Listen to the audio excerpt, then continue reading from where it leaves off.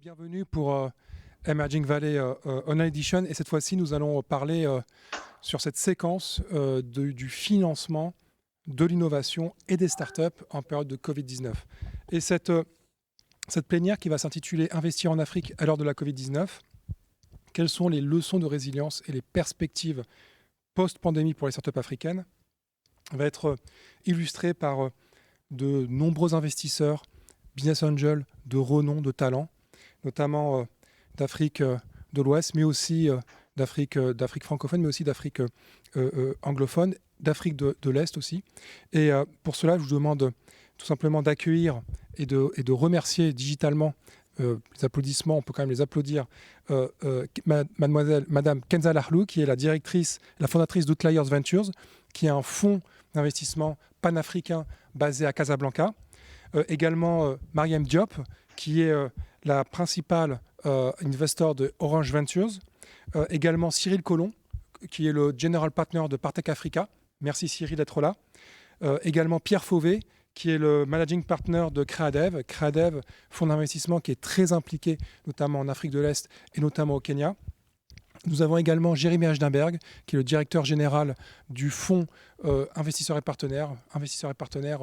Difficile de les présenter. Ils sont déjà dans le paysage depuis tellement longtemps et ils ont fait éclore tellement de fonds d'investissement un peu partout en Afrique, par exemple Teranga Capital. Merci Jérémy d'être avec là. Merci pour ta confiance. Et nous aurons aussi à distance, nous avons pu avoir le témoignage de Tommy Davis. Tommy Davis, qui est le président de African Business Angel Network et qui nous donnera aussi son point de vue, notamment sur le rôle des business angels africains face à la Covid-19. Alors cette 4e édition d'Emerging Valley quelque part fait suite à cette tradition depuis la création de cet événement où on a un temps fort, le premier jour, sur le financement. Vous avez écouté juste avant les grands bailleurs. Il y avait la GIZ, il y avait l'Union africaine, il y avait l'Union européenne, il y avait également Enabel, Expertise France. Et là, maintenant, nous allons entendre les investisseurs qui s'engagent sur le terrain auprès des startups. Et malgré la crise sanitaire, on a bien vu que la tech africaine, elle est largement parvenue à tirer son épingle du jeu en 2020. Et il n'y a qu'à regarder les chiffres du rapport Partech Africa. Et encore merci, cher Cyril, pour le travail que tu fais chaque année de réaliser et de compiler ces données, montre que, malgré la Covid-19, il y a eu une croissance de plus 44% par rapport à 2019. Et cette dynamique, elle illustre que, quelque part, on a passé un cap. Ce cap, c'est celui de la confiance. Et que les investisseurs, aujourd'hui, croient de plus en plus au potentiel du continent africain, pandémie ou pas, Covid-19 ou pas. Et quelque part, l'arrivée de la Covid-19 a pu aussi agir comme un révélateur, notamment dans certains secteurs qui décollent, comme l'e-santé. Et nous allons partager ces insights, nous allons partager ces perspectives, ces regards avec notre panel prestigieux d'investisseurs terrain. Et je vais commencer d'ailleurs, puisque j'ai commencé par citer ton rapport, donc je vais commencer par toi, Cyril. Année après année, on voit bien que Partech Africa, et d'ailleurs, merci d'être là, documente cette progression presque exponentielle des levées de fonds par les startups africaines, cet essor du VC africain. On a vu que cette année qui est marquée par le Covid a néanmoins généré des résultats qui sont bien meilleurs, qui sont de manière presque optimiste par rapport à ce qu'on pouvait espérer, par rapport au scénario catastrophe qu'on pouvait attendre. Comment tu peux expliquer très clairement cette exception africaine, mais ces bons résultats aujourd'hui, alors qu'on pouvait s'attendre à une baisse dramatique des investissements dans le capital des jeunes pousses africaines? Oui, alors bonjour à tous déjà et merci encore pour l'invitation Samir. Vraiment ravi d'être là avec vous aujourd'hui. Tu l'as rappelé, 359 transactions, 44% de plus year-over-year dans un contexte très difficile, c'est énorme. C'est aussi 10x sur 5 ans, il faut le rappeler, donc l'explosion est assez extraordinaire et dans un contexte où effectivement les autres continents n'ont pas eu du tout cette même dynamique. Alors, il y a probablement plusieurs réponses à ça, je vais essayer d'en donner quelques-unes. Je pense déjà que cette année de pandémie a été un vrai révélateur sur la scène internationale de la grande résilience de nos acteurs tech du continent.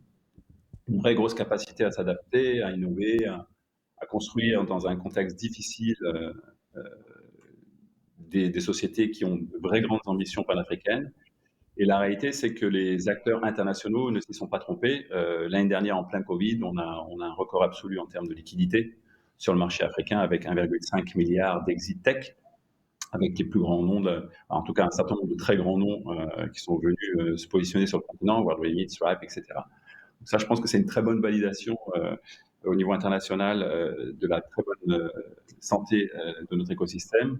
L'autre partie probablement plus intéressante encore, c'est, je pense, l'attractivité du profil risk-return de nos startups africaines, notamment quand on regarde l'étage particulier de l'amorçage et du early stage. Peut-être pour donner un peu de contexte au niveau international, il faut bien comprendre qu'ailleurs, sur les autres continents, Asie, Europe, US, on a une surabondance de capitaux. Et ça a entraîné, c'est assez contre-intuitif, une très grande frilosité au niveau du early stage. Ce sont des acteurs qui avaient besoin de déployer massivement, ils se sont tournés vers les sociétés où il y avait une notion de risque moins forte, une plus forte lisibilité, et ils sont allés vers du growth equity, du private equity et des marchés publics. Et donc beaucoup moins d'amorçage et de venture. En Afrique, c'est exactement l'inverse. On a un vrai gap de financement, ça on le sait, et la partie peut-être plus rassurante du growth equity, eh bien, il est tout juste en train d'émerger avec un deal flow qui lui aussi est encore contraint à ce stade-là, et donc ça n'a pas été la valeur refuge, et ça s'est naturellement mis en pause, d'où la baisse un petit peu des chiffres l'an dernier en termes de volumétrie. Mais si on regarde le marché de l'amorçage lui-même, d'un côté, il est très très sainement structuré, avec pour moi vraiment des opportunités qui sont inégalées pour les investisseurs qui viennent se positionner. On a un deal flow très très profond. On a des entrepreneurs talentueux qui s'attaquent à des problèmes structurels du continent. Donc ça veut dire on a des perspectives marché qui sont pour moi quasi non capées en termes de taille. On a voilà, un play panafricain extrêmement fort, et voire emerging global. Et de l'autre côté, on a vu tout un pan arrivé de création de liquidités qui permet justement à chacun des acteurs de la chaîne, de la partie angel en passant par les fonds de seed ou les fonds de venture, de trouver la possibilité de sortir et donc de venir affirmer un vrai potentiel de performance sur le continent.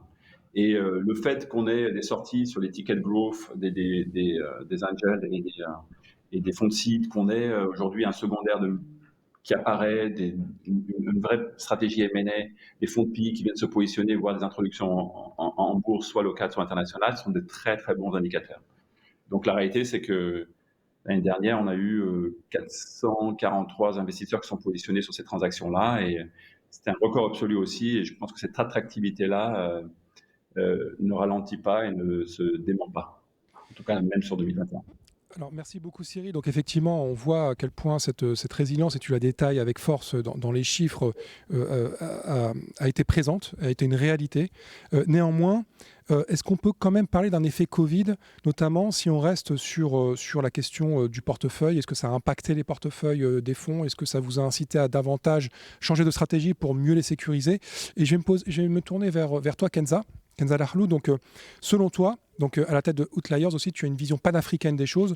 Est-ce qu'il faut attendre un effet Covid sur les deals en 2021, quand on sait que ces derniers mettent souvent plusieurs mois à se closer, à se négocier, et que les fonds de fonds ont eux-mêmes connu plusieurs retards sur leur propre levée? Alors déjà, bonjour à tous et merci beaucoup Samir pour l'invitation. Alors peut-être que qu'il serait intéressant de rappeler qui est Outliers Ventures et dans quoi on investit. Donc nous, on est un fonds VC africain qui investit dans des entreprises technologiques qui transforment les industries traditionnelles, donc ce dont parlait Cyril, donc vraiment les industries fondamentales, à savoir la fintech, le insurtech, la logistique, supply chain et le health de manière prioritaire. Et cela sur 4 marchés principaux, donc le Maroc où on est basé, mais aussi l'Égypte, le Nigeria et le Kenya. Et donc aujourd'hui, on a un portefeuille de 8 sociétés sur ces industries-là que j'ai nommées. Et en fait, pour nous, ça a été très rassurant et même positif de voir comment la crise a positivement impacté la croissance de nos entreprises. Alors effectivement, ça dépend des secteurs, mais je pense que la digitalisation a été favorisée et a bénéficié de cette crise-là, notamment avec le confinement, avec le fait qu'on ne puisse pas se déplacer, avoir accès aux services. Donc, ça a poussé la digitalisation des grands groupes, des entreprises, mais aussi l'adoption de nouvelles habitudes de consommation. Donc, notamment tout ce qui est e-commerce, mais aussi le health tech dont on a parlé. Le fait qu'on digitalise la supply chain et la logistique. Et donc, tous ces effets-là, et la fintech aussi est un secteur important qui a été positivement impacté. Donc, ces exemples-là montrent bien que finalement, en Afrique en tout cas, et globalement dans le monde, en Afrique et sur certains secteurs clés, l'effet Covid a été plutôt positif jusque-là. Et le nombre, pour revenir à ta question sur le temps que ça prend pour closer des deals, en fait, ça a été plutôt accéléré. Donc nous, d'après notre expérience, le fait de ne plus avoir à prendre d'avion, d'aller faire des due diligence sur place et de perdre tout ce temps-là, ça accélère le rythme et on voit que les entrepreneurs en profitent parce qu'ils peuvent le même jour aligner des calls avec plusieurs investisseurs qui sont situés dans des régions différentes et closer beaucoup plus vite les deals. Donc pour moi, je dirais que effectivement, on a un rythme plus effréné. Et on n'a plus le temps de latence qui était dû au voyage, au déplacement, etc. Et maintenant, les fonds commencent à close des deals à distance, ce qui fait que la concurrence, elle s'agrandit parce qu'on a même des fonds américains, chinois, etc., qui commencent à regarder les deals et à investir de plus en plus sans avoir à se déplacer. Et pour ce qui est de la partie fonds de fonds, juste pour terminer, oui, pour la partie fonds de fonds, ça dépend en fait des types de LP. Mais en tout cas, les DFI, eux n'ont eu aucun problème par rapport à ça, globalement, parce ils ont déjà des fonds sécurisés pour la plupart pour la partie VC. Donc de ce côté-là, avec des mandats d'investissement qui sont assez importants, les durées. Donc pour ceux qui avaient déjà closé ou en tout cas qui étaient en bon process, ça n'a pas du tout affecté leur capacité à investir dans les VC. Donc je pense que globalement, c'est très positif. Très bien, merci beaucoup pour ce témoignage du terrain, Kenza. Je vois que Mariam Diop est avec nous. Mariam, en quelques mots, est-ce que tu peux Donc tu diriges les investissements du fonds Orange Digital Ventures. Est-ce que tu peux rapidement nous expliquer en quoi consiste, quelles sont les particularités de cette structure, son ADN, ses priorités, et ensuite, pour en venir à la crise de la Covid-19, en quoi cette crise, cette pandémie a revisité vos stratégies? Merci beaucoup Samir pour cette invitation et bonjour à tous mes collègues. Je suis ravie de revoir toutes ces têtes, même à distance. Donc pour Orange Ventures, c'est le fonds d'investissement à capital risque du groupe Orange. C'est d'abord un fonds international puisque depuis 6 ans, on a investi activement en Europe, aux États-Unis, en Israël et c'est fort de ce succès qu'on a commencé du coup à investir en Afrique plus activement. En pleine période de crise l'année dernière, nous avons d'ailleurs procédé à annoncer notre spin-off du groupe Orange et nous sommes devenus depuis lors un fonds indépendant doté de 350 millions d'euros pour soutenir les startups à l'échelle mondiale. Nous sommes aujourd'hui donc non seulement un fonds indépendant, mais avec une équipe indépendante, mais surtout la bonne nouvelle, c'est que nous avons maintenant une gouvernance indépendante et dédiée. Donc pour l'Afrique, nous avons un portefeuille, une enveloppe de 50 millions d'euros pour investir dans les startups early stage. Selon les mêmes critères que nos collègues, celles qui sont en hypercroissance, qui tentent de résoudre des problèmes fondamentaux grâce à des technologies innovantes et surtout qui sont dirigées par des équipes hyper talentueuses comme celles que nous avons déjà dans notre portefeuille. Avec ce fonds, on investit des tickets en général variables entre 1 million et 5 millions d'euros qui coïncident plutôt avec les levées en série A et B. Et nos thématiques d'investissement sont assez en ligne avec les priorités stratégiques du groupe Orange sur le continent, notamment la fintech, la connectivité, les solutions digitales, la e-santé maintenant, et j'en passe. Aujourd'hui, on a un portefeuille d'une trentaine de boîtes, dont une dizaine sur l'Afrique. Et je vous parlerai tout à l'heure de la nouvelle initiative que nous avons lancée pour financer des startups en amorçage. Donc l'ADN d'Orange, comme vous le savez, hein, les opérateurs télécoms de manière générale occupent une place très importante dans le développement de l'écosystème digital en Afrique, parce que les opérateurs télécoms disposent de beaucoup d'actifs qui sont essentiels au développement des startups. Je fais allusion par exemple au réseau de distribution, aux API, à la connectivité, aux infrastructures de paiement, surtout, pour ne citer que cela. Ce qui fait que donc nous sommes en quelque sorte un acteur incontournable de la percée de l'innovation et de la tech de manière générale en Afrique, et ça nous positionne au premier plan de la révolution numérique. Et naturellement, c'est ce qui justifie aussi un peu notre motivation à investir dans les startups, puisque post-investissement, les startups de notre portefeuille peuvent tirer profit de tous ces actifs sur lesquels on fait levier pour accélérer leur croissance et leur donner accès à des marchés sur le footprint d'Orange, donc sur 18 pays en Afrique. Alors, concernant votre question concernant la crise sanitaire l'année dernière, je ne vais pas redire tout ce que Cyril a si bien dit et Kenza également. En revanche, je pense qu'il y a lieu de rappeler qu'avant la crise, si des économies mondiales avec les plus fortes croissances étaient en Afrique. Et l'Afrique de l'Ouest avait une croissance moyenne de 5%.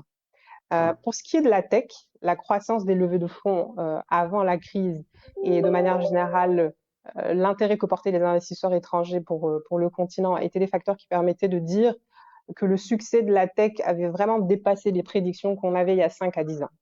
Et aujourd'hui, post-crise, c'est vrai que l'Afrique est épargnée par rapport à l'Europe et au reste du monde sur le plan sanitaire. En revanche, l'impact sur les économies est bien réel et assez important.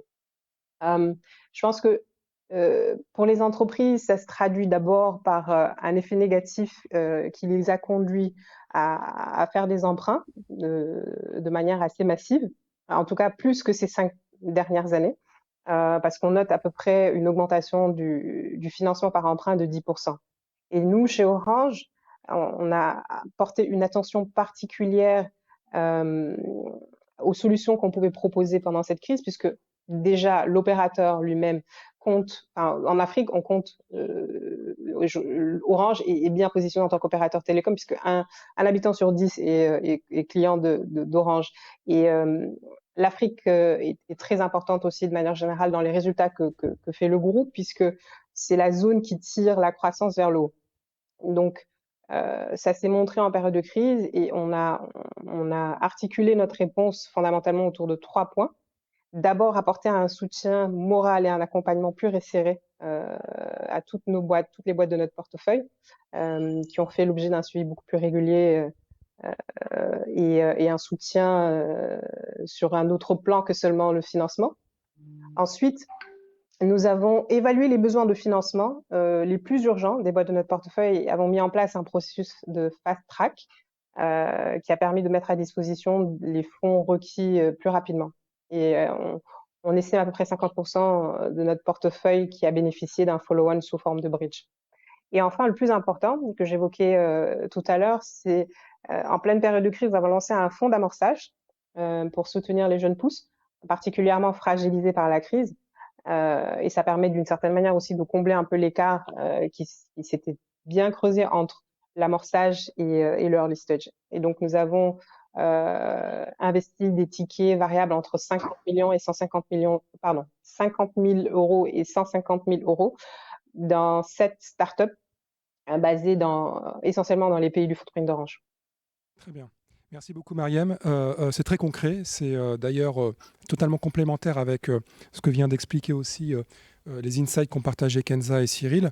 On va rester sur cette thématique de la résilience et sur la thématique des enseignements, des bonnes pratiques. Et je vais tout de suite me tourner vers Jérémy. Jérémy, donc tu diriges le fonds Investisseurs et Partenaires, qui accompagne lui-même d'ailleurs d'autres fonds d'investissement sur le continent. Moi, j'ai même vu la naissance de plusieurs d'entre eux avec IPDF2, la naissance de Teranga Capital et bien d'autres. Comment vos fonds et la coalition des fonds IEP a traversé cette année si particulière et quels sont vos conseils à leur côté et qu'est-ce que vous avez retenu comme bonne pratique en termes de résilience au cœur de cette période si particulière de pandémie? Bonjour Samir, bonjour à tous. Très heureux d'être avec vous pour cet échange. Tu as raison de rappeler que IEP, investisseurs et partenaires, intervient de plusieurs manières. Je voudrais quand même dire que nous continuons nous-mêmes d'investir directement par des fonds gérés par IEP dans des entreprises par tranches qui vont de 1 à 5 millions d'euros. Et par ailleurs, nous co-créons avec des professionnels africains, pays par pays, des fonds d'investissement de leur pays, avec des capitaux de leur pays, pour financer des entreprises qui cherchent plutôt entre 100 000 et 500 000 euros. Je voudrais aussi mentionner qu'on a lancé plus récemment, il y a 2 ans, une offre d'amorçage, comme Orange Digital, ça vient d'être dit, qui descend encore plus bas et qui va s'adresser sous forme de prêt d'honneur et d'un accompagnement à des jeunes pousses qui cherchent entre 50 000 et 150 000 euros.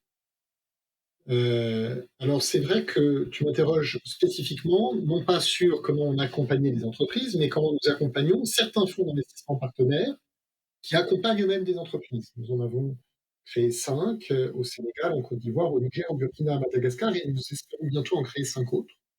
Et pour eux, ça a été une année extrêmement éprouvante, bien entendu. Tout le monde était sous choc au début. Qu'allait-il se passer? Les portefeuilles allaient-ils s'effondrer? Les sociétés allaient-elles résister? Je voudrais préciser que nous ne finançons pas que les entreprises tech, mais qu'on soit dans l'agroalimentaire, qu'on soit dans la santé avec du tech, ou qu'on soit une entreprise tech appliquée à quelque chose, il y avait un choc émotionnel. Donc nous avons essayé d'être aux côtés des dirigeants de fonds pendant qu'ils étaient aux côtés des entrepreneurs. Nous avons mis en place des comités spécifiques, des reportings spécifiques, car tous les investisseurs voulaient savoir ce qui se passait. On a beaucoup accompagné les accompagnateurs dans la mise en place de toutes les mesures sanitaires qui s'imposaient et qui s'imposent encore et qui sont parfois si compliquées à tenir dans la durée. On a revisité les stratégies des entreprises et notamment la gestion de trésorerie. Tout le monde s'est très vite rendu compte que ça allait être le nerf de la guerre. On a accompagné des fonds d'investissement dans le rééchelonnement de leurs prêts ou dans la politique d'octroi de bridge, comme plusieurs d'entre vous ont eu à le faire aussi. Et on n'a pas complètement pu échapper à un certain ralentissement de notre rythme d'investissement en 2020, qui reprend en 2021. On a continué d'investir, j'y reviendrai, mais il y a eu un tel moment de sidération que malgré tout, les démarches se sont ralenties et puis la possibilité physique de faire des due diligence s'est ralentie. On a aussi beaucoup appris. On a appris auprès des entrepreneurs sur leur capacité à pivoter ou à s'adapter. C'est pas toujours tout ou rien, c'est pas soit on pivote pas. Il a fallu s'ajuster dans la manière de délivrer les produits, dans la manière de produire, dans la manière de parler de soi. Et on a nous-mêmes beaucoup appris de cette période et renforcé nos liens avec les gestionnaires de Teranga Capital, Komoe Capital, Synergie Burkina, Synergie et Miaraka par Madagascar. Et ce faisant, on a aussi continué d'investir dans des pays où d'autres investissent extrêmement peu. Et j'y reviendrai tout à l'heure si tu le veux bien. Très bien. Oui, tout à fait. On va effectivement parler dans un second temps du prisme un peu géographique, notamment sur cette carte des investissements. Mais je vais me tourner très vite tout de suite vers toi, Pierre Fauvet. Donc, tu es Managing Director de Créadev, Créadev qui est un fonds d'investissement très actif en Afrique de l'Est. Et d'ailleurs, vous êtes installé à Nairobi. Concrètement, d'ailleurs, vous comptez de très belles success stories. Vous comptez Twiga Foods, Spark Schools. Quels sont vos critères d'investissement et comment vous avez été impacté, ou plutôt comment vos critères ont-ils été influencés par la Covid-19 ? Oui. Bonjour à tous. Bonjour Samir et merci beaucoup pour cette invitation. Et bravo à tous les organisateurs d'Emerging Valley pour le super événement. Donc oui, depuis Nairobi, et j'espère que la connexion sera bonne. Oui, très bien. Pour couvrir toute l'Afrique subsaharienne, avec le même objectif que les autres bureaux de Créadev à Paris, à New York et à Shanghai, c'est accompagner des entrepreneurs pour qu'ils deviennent des champions milliardaires en chiffre d'affaires au sein de l'écosystème de la famille Mullier, à côté donc des Decathlon, Leroy Merlin, Auchan que vous connaissez. Depuis Nairobi, on est un peu au début de notre histoire, mais on essaie de monter une sorte de pyramide avec 3 étages. L'étage du bas, on aura 10 startups africaines déjà confirmées, dans lesquelles on va investir entre 3 et 30 millions de dollars. d'entre elles, 4 entrepreneurs vont réussir, ou entrepreneuses vont réussir à monter à l'étage d'au-dessus pour devenir vraiment panafricain. Et on va investir encore plus de temps, de ressources, de synergie et de capital de 50 à 100 millions par entreprise. Et on a un objectif d'avoir 1 à 2 histoires entrepreneuriales qui deviennent ces champions milliardaires dont la famille devient fière, panafricains, avec encore plus de soutien. C'est ambitieux, mais on a le temps pour ça, on est long terme, donc on a le temps de trouver ces pépites et de construire ces relations. Pour répondre à ta question des critères, quelques questions. Donc, est-ce que vous êtes un entrepreneur, une entrepreneuse qui a la tête dans les étoiles et les pieds sur terre, innovant, avec une solution de biens et services essentiels accessibles au plus grand nombre? Par exemple, dans l'accès à l'alimentation, comme Peter and John Joe qui s'occupe de l'hypercroissance de Twiga en ce moment, c'est une belle histoire. Dans l'accès à l'éducation, comme Stacy Brewer qui s'occupe de Spark School et qui développe une pédagogie innovante pour 15 000 étudiants, élèves en Afrique du Sud. Ou dans l'accès à la santé, ça je vous en parlerai dans quelques mois. Avez-vous une équipe? Deuxième question, pour porter ce rêve. Avez-vous une preuve de concept d'un modèle de croissance soutenable? Et avez-vous un marché profond? Si vous avez oui à tout ça, il faut qu'on se parle. Pour répondre à la deuxième question, ces critères-là, est-ce qu'ils ont changé avec la pandémie? Heureusement, non, parce que déjà, on a la chance d'être long terme, donc d'essayer de niveler les effets de ces crises conjoncturelles. Le deuxième, c'est que cette pandémie, elle a renforcé notre conviction dans le caractère essentiel de la santé, de l'éducation, de l'accès à l'alimentation à travers tout le continent. Et beaucoup ici connaissent les chiffres mieux que moi, hein, mais le manque de tests, de vaccins, le nombre d'élèves qui ont été privés d'école. On a eu une année blanche au Kenya. Il y a eu 300 000 sorties d'école, drop-out en Afrique du Sud. On a un budget alimentation dans la santé qui est, dans le revenu disponible journalier qui est au-dessus de 50%, c'est énorme. Donc autant de chantiers, de besoins structurels dont parlait Cyril un peu plus tôt, de champions à pousser. Je pense que le vrai changement, il n'est pas tant dans les critères, mais dans l'accompagnement qui s'est renforcé. Avec Creadev, on a essayé d'être bienveillant en temps de crise. On a investi dans Spark School alors que les écoles étaient fermées, donc c'était pas forcément évident. Mais on a aussi poussé des synergies. Mais ce qui m'a le plus impressionné, c'est ce que les entrepreneurs, Peter, Stacy, ont fait grâce un peu à notre soutien, mais beaucoup de débauche d'énergie pour sortir de cette crise. Et je pense que toutes les personnes autour du panel ont vu les mêmes exemples. Merci beaucoup Pierre. Ton regard du terrain et la connexion est bonne, je te rassure. Tout va bien. Permet de montrer comment aussi ces startups, et quand on parle de levée de fonds, souvent c'est très désincarné. C'est aussi des rêves, c'est aussi des projets, c'est aussi des femmes, des hommes, des entrepreneurs. Et les success stories que tu mentionnes montrent cet impact sur le quotidien. Souvent, quand on parle de levée de fonds, on parle, et ils sont absolument primordiaux, et moi je suis un grand fan des rapports annuels de Partech Africa, mais derrière les chiffres, derrière les courbes, il y a des histoires, il y a de l'impact, il y a de l'humain, et c'est ça aussi qui fait la grande richesse et la grande, je pense, on voit que vous êtes des passionnés et on sait pourquoi vous êtes passionnés. C'est pas par rapport aux chiffres, c'est par rapport à l'impact que vous avez sur les entrepreneurs à travers vos fonds. Merci Pierre. Et nous avons la chance, nous avons pu nous entretenir avec Tommy Davis. Tommy Davis, je ne sais pas si, je pense que c'est même pas la peine de le présenter, tout le monde le connaît, vous le connaissez tous, mais je vais quand même le présenter pour notre public. C'est le fondateur de l'African Business Angel Network, et il va répondre à 3 questions sur aujourd'hui comment les business angels ont traversé aussi cette pandémie, quel a été leur rôle, comment les startups ont pu s'appuyer sur les business angels du continent, et nous allons nous retrouver ensuite pour poursuivre le débat après cette intervention de Tommy Davis.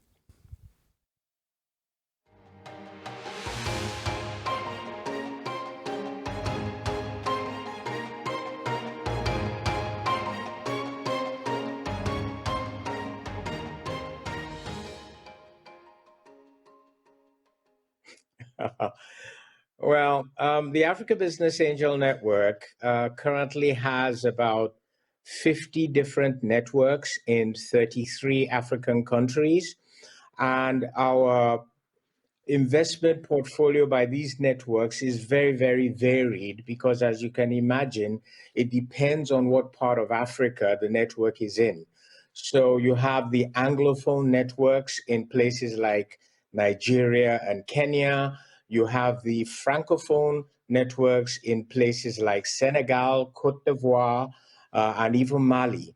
And then, of course, you've got North African networks in places like Egypt and Tunisia, and the Southern networks in places like Namibia and South Africa. And in terms of the types of professionals, it is people, I say the rule of thumb is if you're already a landlord, okay, and you have tenants, then you're probably ready for angel investing because it means that you have disposable income that is worth investing. And that is how we sort of use the rule of thumb for that. I trust that helps.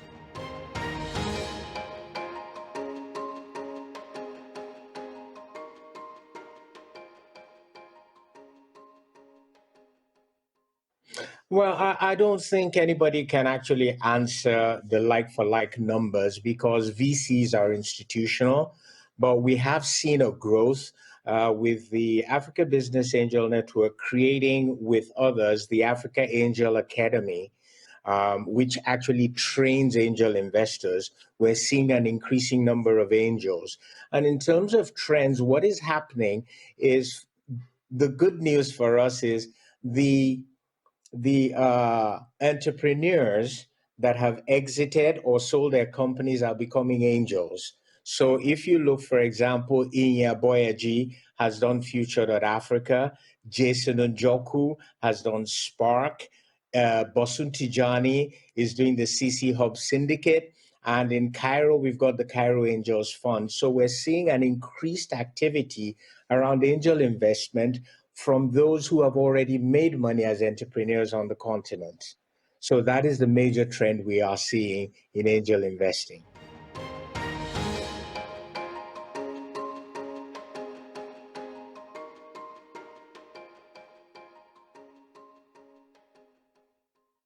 Well, I mean, it's funny that what emerged out of COVID for us in 2020, in my particular case, were the creation of two new networks that are specific to that. So for the Anglophone, if you remember what I was speaking about earlier, we have the Diaspora Angel Network, which looks at Anglophone diaspora and co-investment into Kenya, Nigeria, and the Anglophone countries.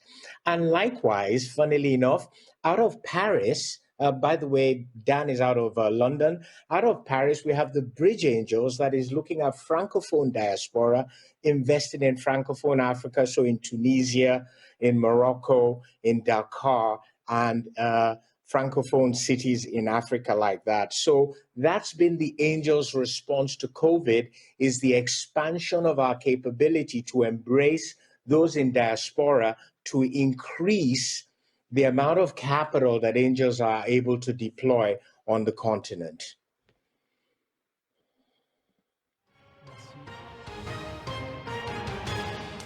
Merci à Tommy, merci Tommy Davis à distance.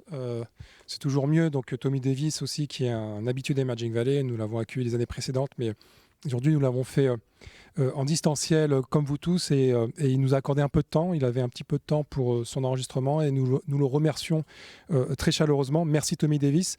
Je reviens, avant de parler des perspectives d'avenir et de l'horizon post-Covid pour le VC africain, je rebondis sur un des points de Tommy Davis, notamment par rapport à la question géographique. Je reviens vers toi, Jérémy. On parle de 22 pays du continent africain qui se partagent moins de 290 millions de dollars, hein, donc ça c'est les chiffres 2020, et on voit un grand écart avec ce qu'on appelle maintenant les Big Four. Par exemple, Tommy a mentionné l'Égypte, mais il y a l'Afrique du Sud, il y a le Nigeria, il y a le Kenya, qui eux continuent d'attirer le maximum des investissements. Est-ce que on est sur une tendance de fond qui ne va jamais changer, ou est-ce que malgré tout, année après année, on va voir les lignes bouger et une diversification se faire au profit de l'Afrique francophone?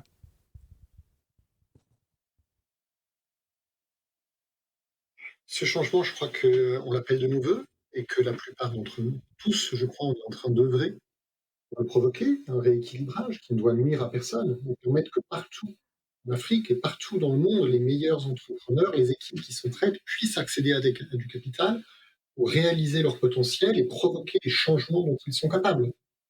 et démontrer que c'est possible. Donc, les chiffres, plus il y aura de croissance globalement du VC en Afrique, plus il y aura de croissance dans les zones où c'est le moins avancé. Donc, il faut se féliciter de cette croissance. Deuxièmement, il faut que personne n'ait d'ornière.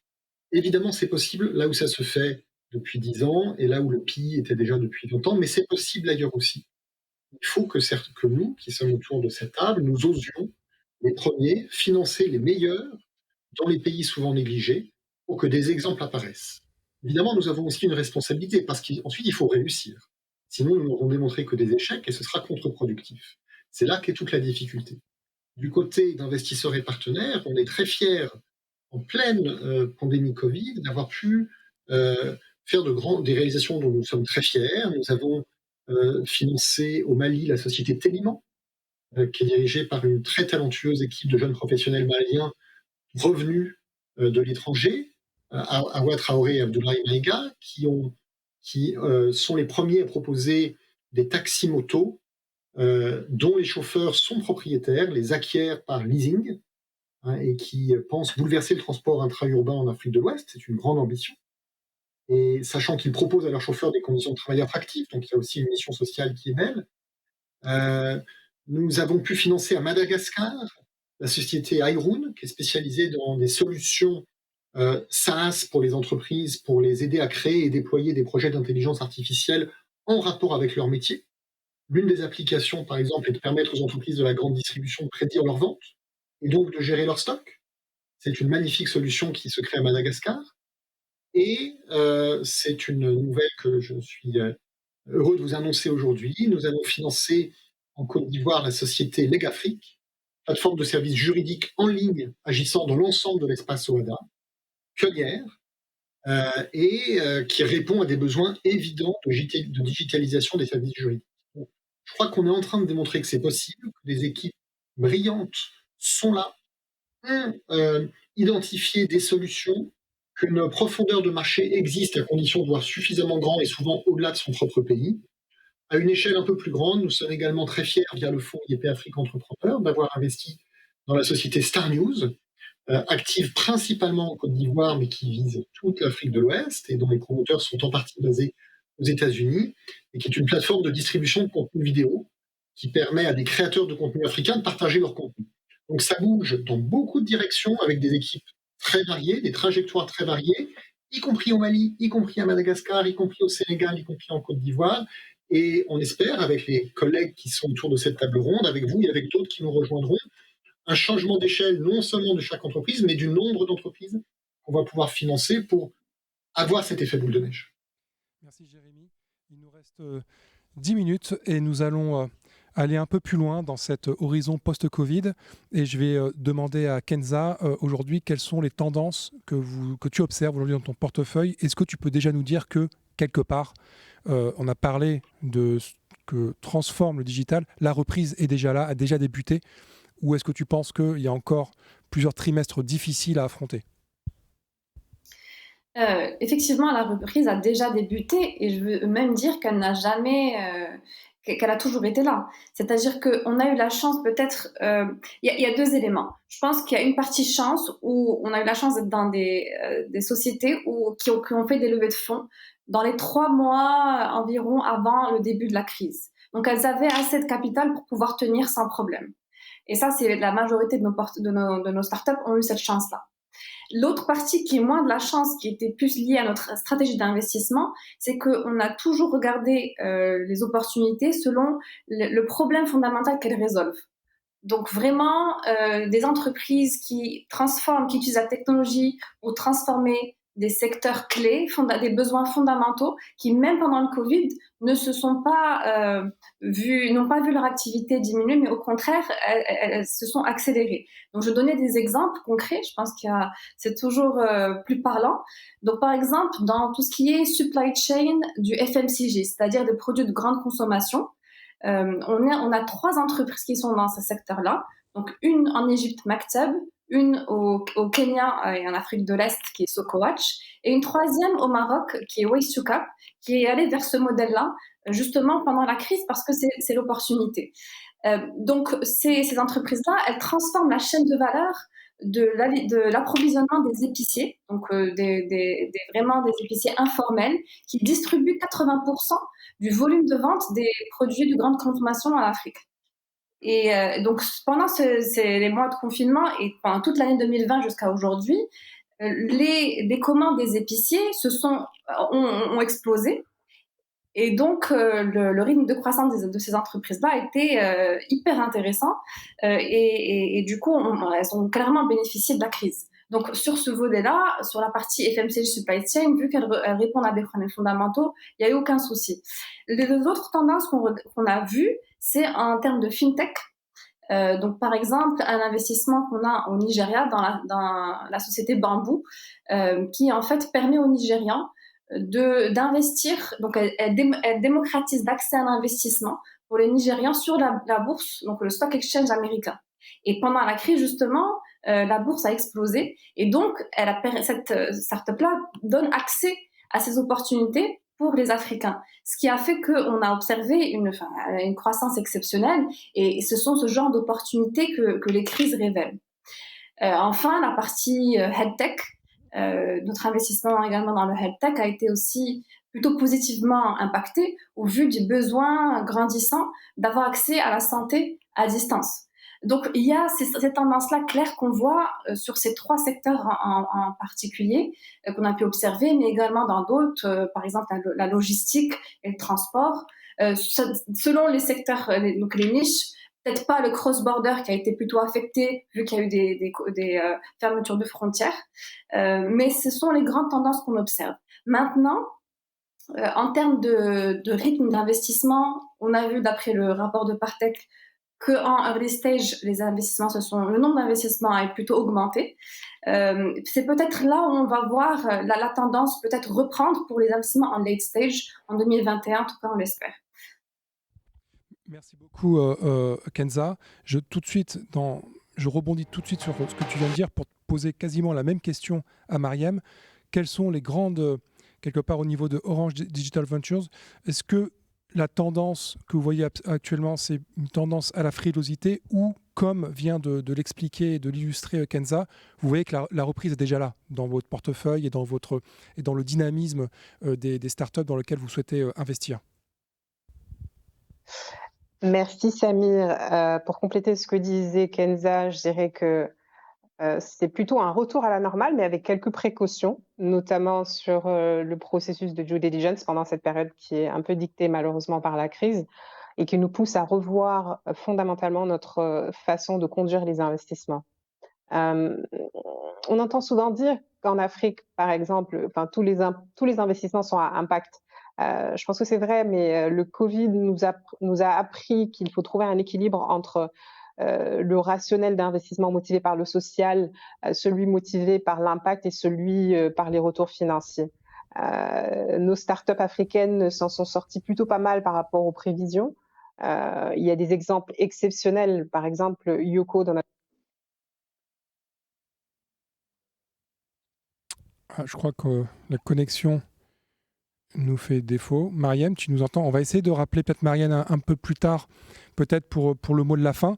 On va essayer Ah si, Mariam, tu es là? Allô. Oui, on te voit. Oui. Ah, super. Voilà. Je ne sais pas où je pense. Oui. Tu parlais de ton dernier investissement. Désolée. Oui, je parlais de l'exemple de Yoko en disant que voilà, on a vraiment des exemples exceptionnels qui ont su faire face à la crise. Yoko a su rebondir assez rapidement.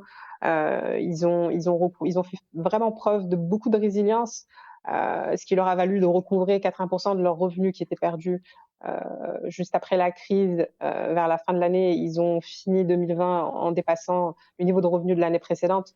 Donc chez nous, chez Orange Ventures, nous allons plutôt continuer à investir, même si nous allons forcément nous recentrer sur, je dirais, les startups les plus résilientes et celles qui se distinguent en adressant les besoins réels des Africains. Et dans ce contexte qui malheureusement est peu propice à la croissance, il y a des secteurs qui tirent leur épingle du jeu. Kenza les a mentionnés, en a mentionné quelques-uns, notamment la e-santé, l'agritech, la retail tech.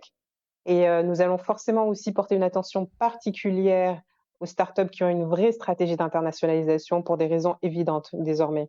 À l'exception, je fais un peu allusion à ce que disait tout à l'heure Jérémy. À l'exception de l'Égypte, le Nigeria, l'Afrique du Sud, il y a très peu de profondeur de marché. Et donc pour les entrepreneurs, l'expansion n'est pas du tout optionnelle, mais c'est une nécessité. Mais je suis d'accord avec Jérémy. Je pense que voilà, il y a une manière aussi pour les marchés plus petits de penser à l'expansion, à l'internationalisation et d'adresser les marchés sous un angle peut-être régional. Donc voilà, les données 2020 nous ont montré que l'appétit des investisseurs est toujours fort et ça donne de l'espoir pour l'année à venir. Je vais poser la même question à Cyril et Pierre. Je vais commencer par toi, Pierre. Si tu peux, en 1 minute, est-ce que, selon toi, tu peux constater déjà que la reprise est déjà là et que la crise du Covid va même, quelque part, renforcer cette notion d'impact concernant l'investissement dans les startups africaines? Si tu peux répondre en 1 minute. En 1 minute, première réponse, oui, sur la reprise, parce que de notre côté, on investit dans des commerces essentiels. Donc, l'accès à l'alimentation, on voit la dynamique de Twiga et c'est un des secteurs qui a été mentionné, le nouveau retail, qui est en forte croissance avec des nouveaux usages de consommation. Oui, dans l'accès à la santé, oui, dans l'accès à l'éducation, mais c'est un oui prudent en disant il faut se préparer à ce que ce soit une crise un peu longue. Maintenant, est-ce que la notion d'impact va être renforcée? C'est une question super intéressante. Je suis pas le mieux placé pour y répondre parce que Creadev n'est pas un investisseur en impact. J'arrive pas à faire l'arbitrage entre l'objectif commercial et l'impact. Je pense que si on arrive à faire notre objectif de faire émerger des entrepreneurs qui construisent des champions milliardaires, alors oui, il y aura un impact généré, mais c'est pas quelque chose que je mets en avant plus qu'un retour commercial ou une création de valeur. La vraie question là-dessus, c'est que pour moi, il faut mettre l'impact en avant, mais avant tout pousser la résilience des business models. Ce qui a été dit juste avant, c'est jamais faire un trade-off entre l'un ou l'autre, mais se dire que ça doit être le mariage entre les deux qui va être la combinaison gagnante. Merci beaucoup, Pierre.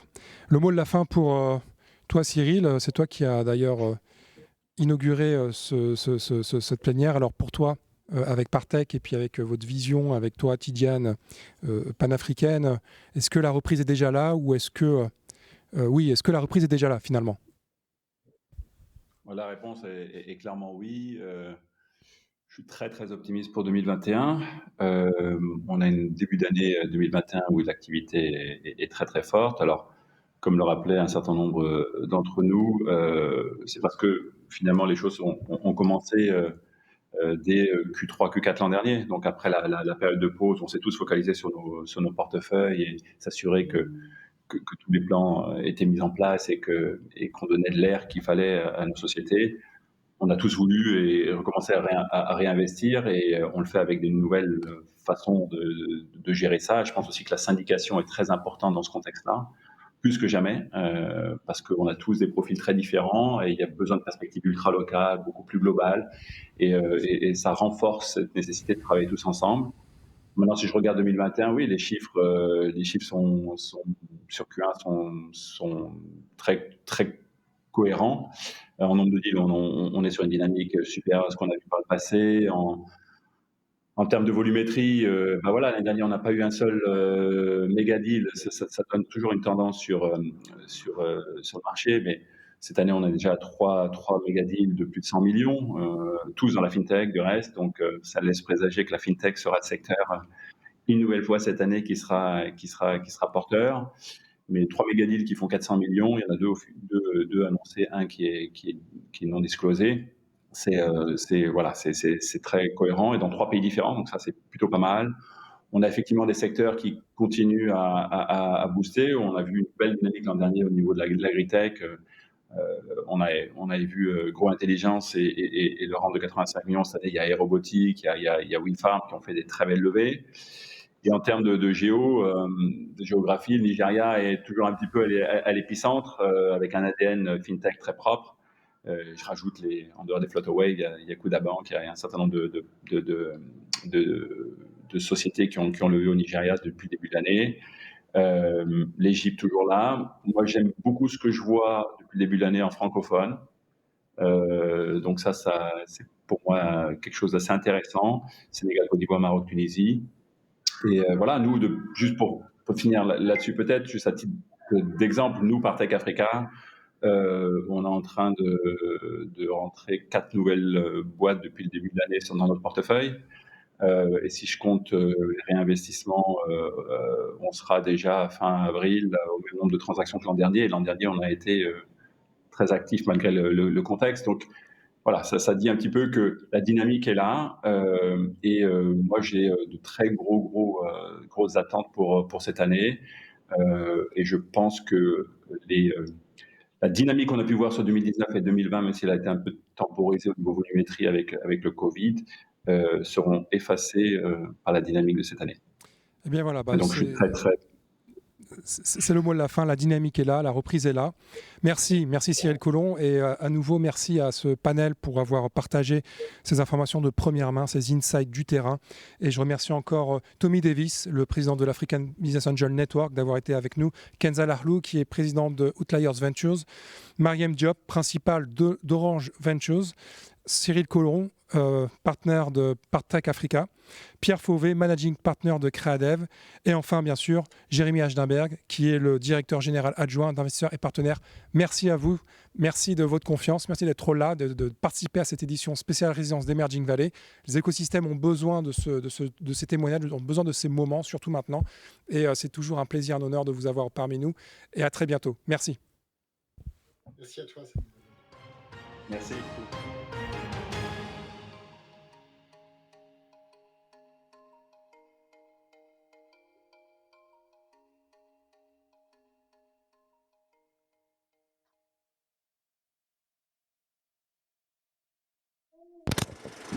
La force, l'énergie, la lumière,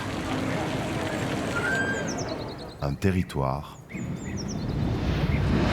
une vision.